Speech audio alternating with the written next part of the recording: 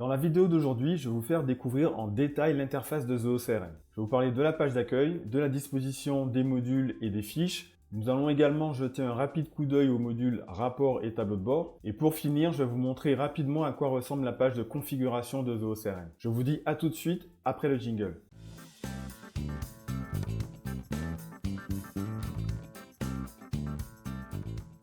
Me voilà de retour. Alors nous allons rentrer dans le vif du sujet maintenant. Je vais basculer sur l'écran de ZooCRM. Nous voici donc sur la page d'accueil de ZooCRM. Sur cette page, qu'est-ce qu'on voit? On voit tout d'abord dans la partie principale ce qu'on appelle des composants. Ce sont les petits carrés ou rectangles que vous voyez ici. Alors on a des composants qui affichent des carrés, comme c'est le cas des composants sur la gauche. On a des composants qui affichent des listes de données, comme c'est le cas du composant ici, mes tâches du jour et en retard. Et si je fais défiler un peu l'écran, on a également des composants qui affichent des graphiques.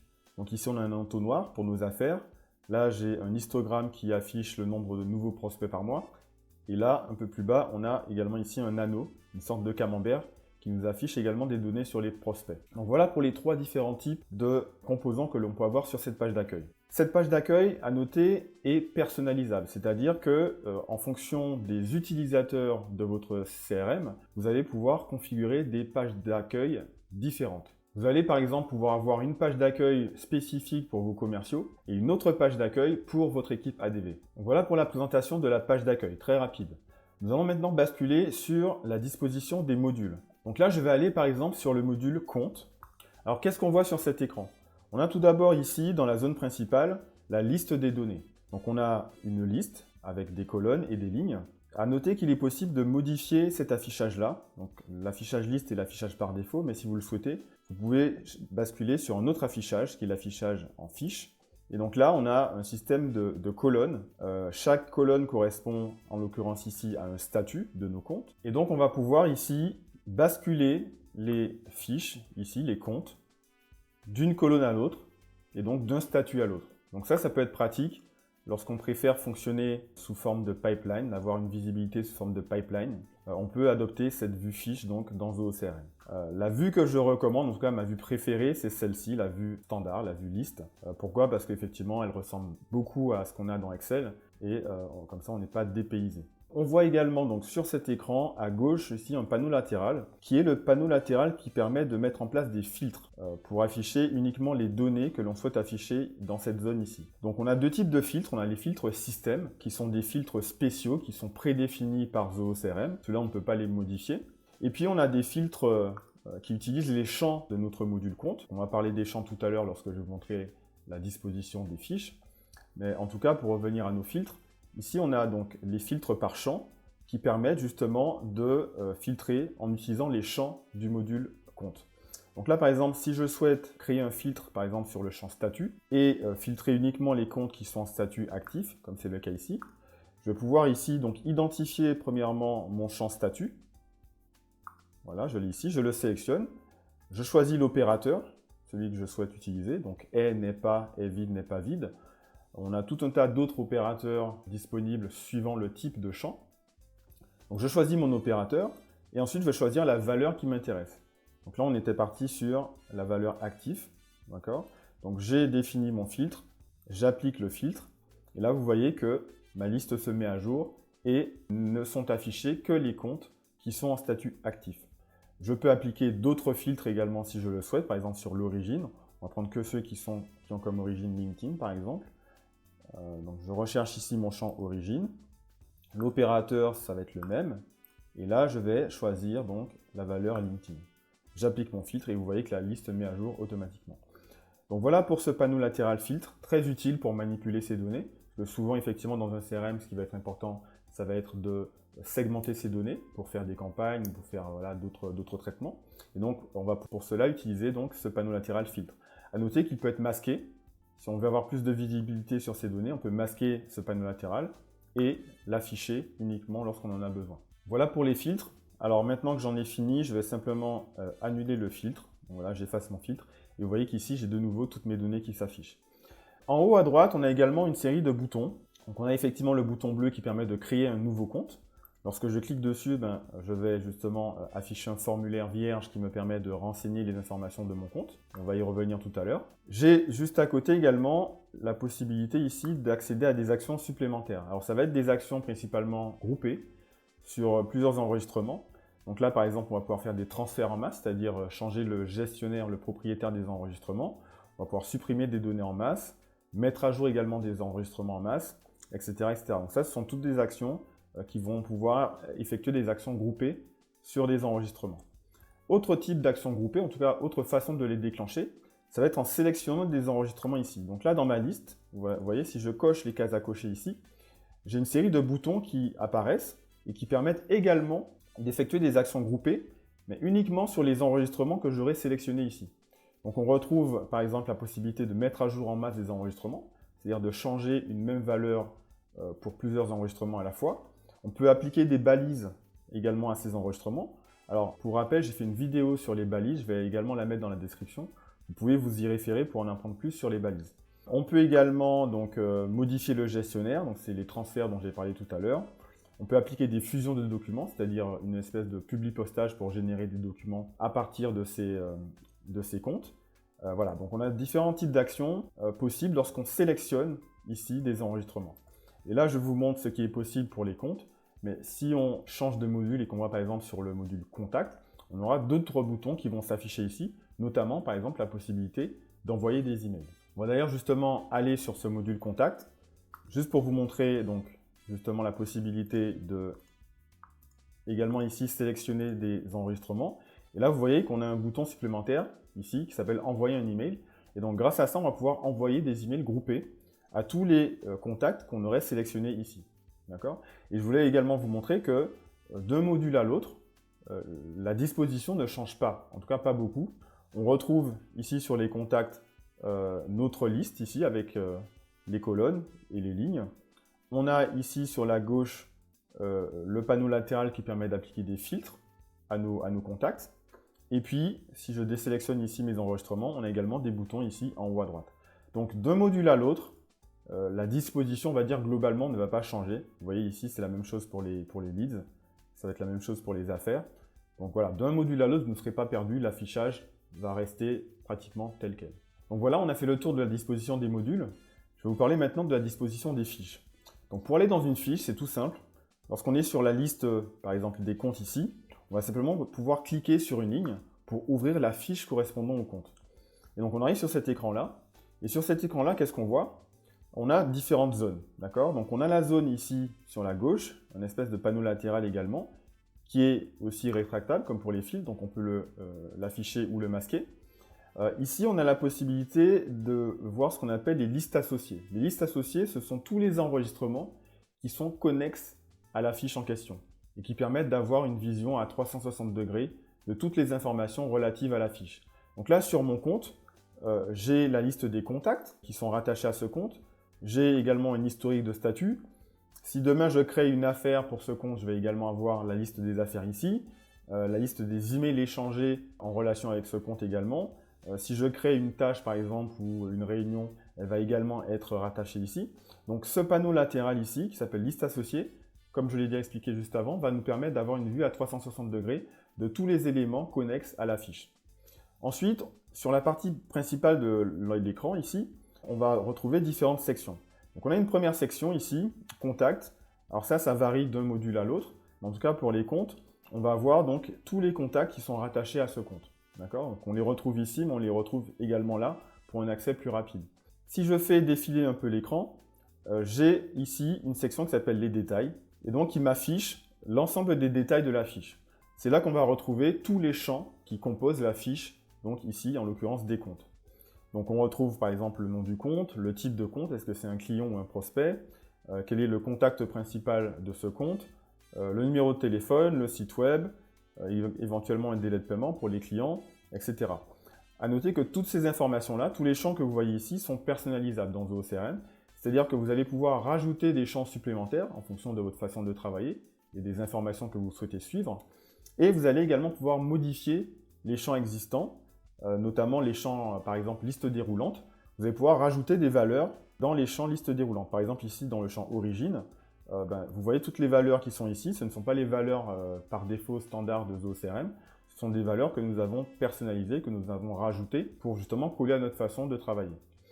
Donc vous, demain, si vous décidez d'utiliser Zoho CRM, vous allez également pouvoir modifier donc, les champs existants pour rajouter, ici notamment pour les listes déroulantes, pour rajouter des valeurs qui correspondent à votre façon de travailler. Donc voilà pour cette partie détail.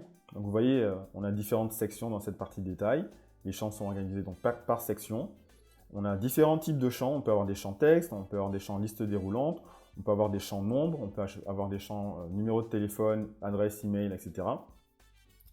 Et si je fais défiler encore ma fiche, on va arriver justement à cette partie liste associée. Parce qu'en fait, il faut savoir que l'écran que vous voyez ici est simplement un raccourci pour les différentes sections de la fiche.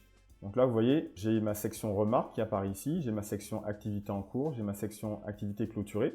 Donc quand vous êtes au début de la page, pour aller plus rapidement aux différentes sections, vous pouvez simplement ici cliquer sur la section souhaitée. D'accord? Et vous voyez que l'écran défile. Donc là, lorsque je fais défiler manuellement mon écran, j'arrive justement aux sections qui sont listées ici. Donc les remarques, donc ça c'est important parce que les remarques justement c'est ce qui va permettre de garder l'historique de tous les échanges et de toutes les interactions que vous avez eues avec vos différents interlocuteurs. Donc là en l'occurrence ici c'est un compte. Si demain vous contactez quelqu'un sur le compte, vous allez pouvoir donc noter des remarques. Donc les remarques vont s'ajouter, vont s'incrémenter au fur et à mesure. Donc là par exemple, je peux noter une remarque qui va être rendez-vous prévu demain. J'enregistre la remarque et imaginons que demain j'ai réalisé ce rendez-vous. Je vais pouvoir noter un petit compte-rendu du rendez-vous. Donc prospect intéressé,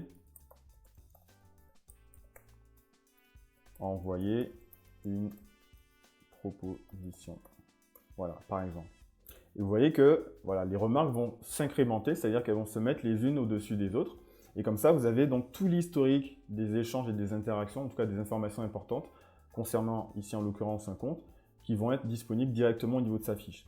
Et vous voyez qu'au fur et à mesure que je rajoute des remarques, j'ai ici le nombre de remarques qui apparaît au niveau de la liste associée. D'accord ? Si je descends, j'ai d'autres sections. Donc les activités en cours, ça va être effectivement tout ce qui est tâches, réunions, appels. Lorsque ces activités sont clôturées, elles basculent dans la deuxième partie ici, dans la deuxième section. Les emails, donc ça va être les emails que j'ai échangés avec des contacts qui sont rattachés ici à ce compte. Juste en dessous, on a la section contacts. Donc on peut avoir bien entendu plusieurs contacts rattachés à un même compte. Et donc tous les contacts vont être listés ici. Les affaires, c'est pareil. Lorsqu'on crée une affaire rattachée à un compte, on va les retrouver ici. Pareil pour les factures, pareil pour les devis. J'ai ensuite ici les pièces jointes. Donc on peut effectivement rajouter des pièces jointes aux fiches dans Zoho CRM qui peuvent être de plusieurs types. Donc on peut avoir par exemple des PDF, du Excel, du Word, tout type de pièces jointes est accepté au niveau des fiches. Et puis là, j'ai tout un tas d'autres sections qui ne sont pas forcément très pertinentes dans le cadre de cette vidéo, mais qui peuvent être utiles dans votre utilisation de tous les jours. Par exemple ici Zoho Desk. Zoho Desk c'est l'outil de support client qui peut être interfacé donc à Zoho CRM. Si demain vous le faites, vous allez pouvoir retrouver ici tous vos tickets clients directement dans leur fiche dans Zoho CRM, par exemple. Voilà pour la présentation des fiches. Alors là, j'étais sur une fiche donc, de compte. Si je vais sur le module contact et que j'ouvre un contact, on va retrouver à peu près la même disposition. C'est ce que j'ai dit également pour les modules. Là, pour les fiches, ça s'applique aussi. C'est-à-dire qu'on a la même disposition. Donc là, sur la fiche d'un contact, on a également ce panneau latéral qui présente tous les éléments associés à la fiche. J'ai la zone principale pour les détails avec les différents champs qui sont rajoutés. Et si je fais défiler ma fiche, je retrouve les sections dont on a parlé tout à l'heure, les remarques, les activités, etc. Alors les sections vont être différentes d'un module à l'autre, mais dans l'idée, on a la même disposition. Peut-être une petite particularité pour les affaires. Pourquoi ? Parce que les affaires, en fait, comme j'ai expliqué dans la vidéo précédente de la série, les affaires vont permettre de faire le suivi d'une vente et donc de dérouler un process de vente. Et donc, on a la visualisation de ce process de vente tout en haut de nos affaires. Donc là, on a ce bandeau spécial ici qui nous présente de façon visuelle les différentes étapes de votre process de vente et qui vous dit dans quelle étape est l'affaire en question. Et on peut également changer les statuts ici directement depuis ce bandeau tout en haut de l'affaire. Donc voilà pour la petite particularité. Je vais en terminer là pour la présentation de la disposition des fiches. on va passer rapidement à la disposition des modules rapport et tableau de bord. Alors ce sont des modules particuliers, ils ne se présentent pas tout à fait comme les autres modules. Par exemple ici, le module rapport va se présenter comme ça. Donc sur la gauche, on a un panneau latéral également qui nous affiche les différents dossiers dans lesquels peuvent être classés, peuvent être rangés les rapports. Généralement, on va avoir un dossier par module. On les retrouve ici, activités, leads, comptes, contacts, affaires, etc. Et puis ici, dans la zone principale, je vais avoir la liste de mes rapports. Alors les rapports, voilà, servent à afficher des données qui peuvent être filtrées sous format de tableau, principalement, auxquels on peut éventuellement rajouter, suivant le type de tableau que l'on a, des graphiques. Alors je ne sais pas si je vais retrouver un rapport pertinent, mais par exemple ici, si j'affiche ce rapport-là, qu'est-ce qu'on a? Voilà, on a ce genre de choses. Donc là, on a le graphique, et juste en dessous, on a le tableau de données qui correspond à notre rapport. D'accord? Et donc le rapport, lorsqu'on le construit, on peut définir des critères, et ensuite on peut donc créer un graphique qui correspond aux données qui sortent de ce rapport. Voilà pour les rapports, et puis pour terminer, les tableaux de bord. Alors là encore, c'est un module un peu particulier. Alors ici, on va avoir cette vue-là. Alors ici, sur la gauche, on a également un panneau latéral qui nous permet de naviguer à travers les différents tableaux de bord. Et puis dans la zone principale, on va retrouver les différents composants du tableau de bord que l'on a sélectionné. Et donc là, on va retrouver les différents composants dont j'ai parlé par rapport à la page d'accueil. Donc on a les indicateurs qui affichent des chiffres tout simples. On a également des graphiques. Donc les tableaux de bord peuvent être créés, peuvent être personnalisés, bien entendu.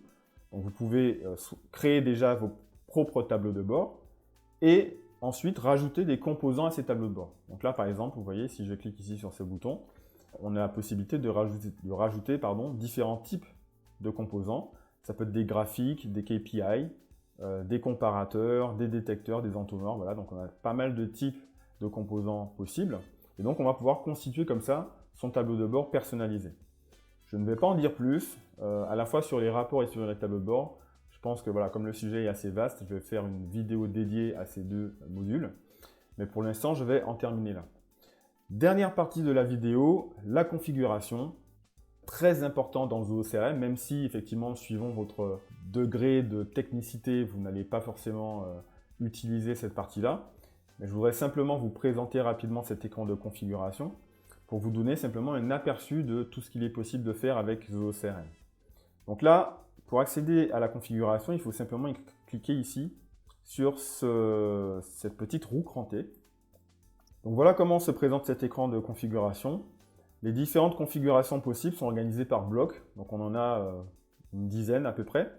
Le bloc général, utilisation et contrôle, canaux, personnalisation, automatisation, gestion des processus, administration des données, marketplace, espace développeur, ZIA, Zoo Directory, CPQ. Donc ça, c'est un outil qui permet de créer des devis personnalisés. Et donc voilà, cet écran-là est très riche. Alors, comme j'ai dit juste avant, je ne vais pas rentrer dans les détails, mais c'est là justement qu'on va retrouver toutes les possibilités de personnalisation et de paramétrage de ZooCRM. Ce qui va vous intéresser peut-être plus particulièrement, c'est cette partie-là, la partie utilisateur et contrôle, pour gérer les utilisateurs que vous allez donc rajouter à ZooCRM, pour gérer les contrôles de sécurité également, c'est-à-dire gérer les accès et aussi bien en termes de données qu'en termes de fonctionnalités. Vous avez également une partie importante qui est la partie personnalisation, notamment modules et champs. C'est là que vous allez pouvoir donc configurer vos modules et les champs de vos formulaires. L'automatisation également très important. Donc là, lorsque vous avez des processus à automatiser, par exemple des relances à générer automatiquement ou des emails à envoyer automatiquement ou des mises à jour de champs par exemple également à déclencher automatiquement, c'est là que ça va se passer. Quoi d'autre? Éventuellement administration des données pour faire vos imports initiaux ou alors pour exporter des données. La marketplace également, ça peut être intéressant pour intégrer d'autres outils à ZooCRM. C'est à peu près tout. Le reste est quand même assez technique, donc je ne vais pas rentrer dans les détails. Donc voilà pour la présentation donc, de l'interface de ZooCRM, en tout cas de façon très rapide. Il y a beaucoup de petites subtilités. Mais ça, voilà, j'y reviendrai dans les vidéos suivantes. Comme d'habitude, si vous avez des questions, si vous voulez échanger sur le sujet, n'hésitez pas à me mettre des commentaires sous la vidéo. Et puis, ben voilà, on commencera la discussion et je répondrai avec plaisir à vos questions. Je vous dis à bientôt pour une prochaine vidéo. Salut!